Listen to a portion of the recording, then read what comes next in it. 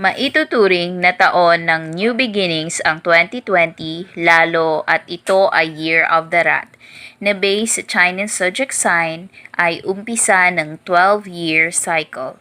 Dahil dito, marami ang umaasang makahanap ng mga bago at magandang oportunidad lalo pagdating sa pag-ibig at pagpapalago ng pera. Kung first time niyo po dito sa channel ko, click nyo po ang subscribe button at notification bell para ma-update po kayo sa mga every new uploads ko.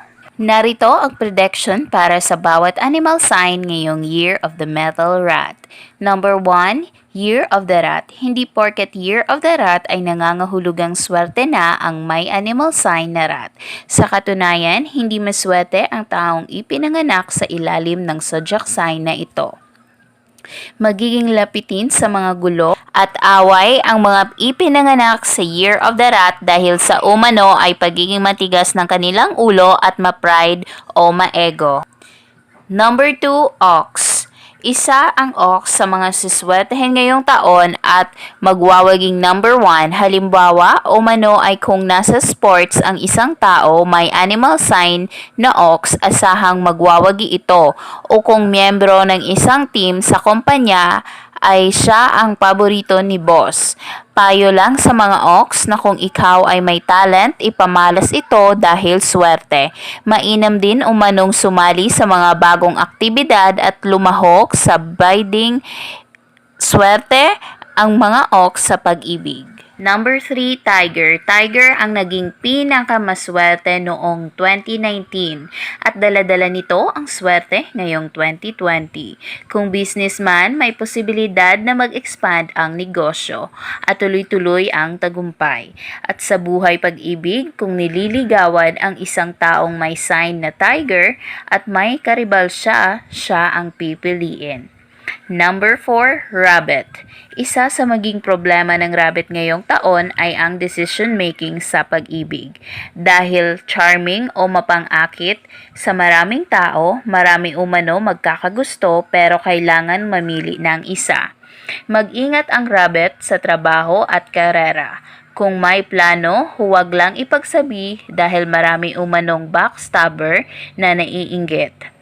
Iwasan din ang pagiging agresibo sa negosyo at magplano ng mabuti bago gumawa ng hakbang. Number 5, Dragon. Ang mga negosyanteng ipinanganak ng Year of the Dragon ay likas na swerte na pumapasok sa mga negosyong may kinalaman sa pagkain, buy and sell, trading at services.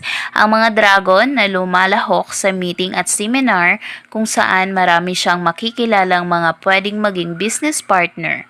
At ang 2020 ay magandang taon para makahanap ng love life na magpakasal at magka-baby. Number 6, Snake. Maraming blessings ang dadating sa mga taong ipinanganak ng Year of the Snake ngayong 2020. Matapos maging conflict ang 2019 sa kanila. Maraming mga conflict o alitan ang snake na mareresolba ngayong 2020. Magandang taon din ito para sa snake o manggagawa na magbahagi ng ideas sa boss o sa mga katrabaho dahil papakinggan siya ng mga ito. Pagdating sa pakikipagkaibigan at pag-ibig, swerte rin ngayong taon ang snake. Pwede siyang makahanap ng pag-ibig sa social media. Number 7, Horse. Mag-ingat ang mga taong ipinanganak ng Year of the Horse dahil maaari raw mabiktima ang mga ito tulad ng cheating o pandaraya o betrayal o pagtataksil pagdating sa pag-ibig. Payo sa mga horse na may asawa, habaan lang ang pasensya at unawain ang kapareho dahil maaaring mauwi ito sa hiwalayan. At hindi dapat maging agresibo at magplano ng maigi pagdating sa negosyo. Number 8, Sheep. Swerte ang mga ipinanganak ng Year of the Sheep sa 2020. Ang mga manggagawang sheep ay paborito ni boss habang ang mga estudyante naman ang paborito ng mga guro.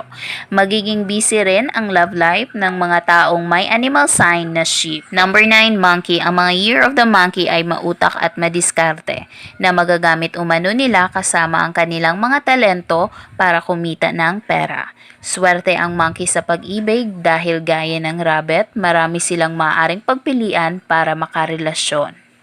Number 10, rooster. Pagdating sa pera, marami raw perang papasok ngayong taon para sa mga taong Year of the Rooster.